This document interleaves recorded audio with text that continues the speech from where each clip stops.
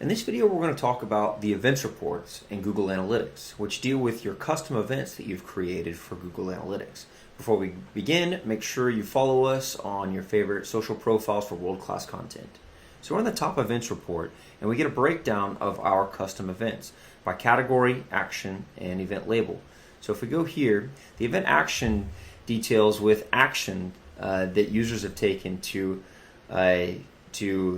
trigger an event. And so you'll see here, quick view click, product click. So these are all have to do with clicks or add to carts, remove from cart, onside click. So a lot of them have to do with button clicks or pressing something on the site, actions. The event label has to do with how you are titling your event. And so you'll see here we've titled an event Google Zip Hoodie Black. And so these are all product descriptions that users are taking through our custom events. So as an example of an e-commerce site, an event action would be added to cart, and the event label might be the product name. And so you'll see over here we get a breakdown of each of the individual total events, unique events, and event value if you have that set up through e-commerce tracking.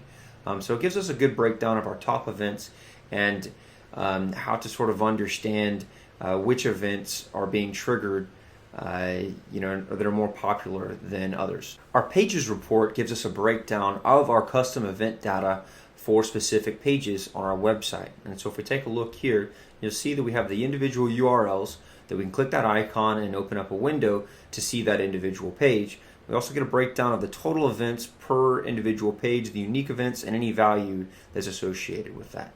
The events flow is an interesting report because it shows us the flow that users have taken of custom events through our website. And so we can actually set this top variable. So right now we have it set as country. So users from the United States then click their first event, it was this.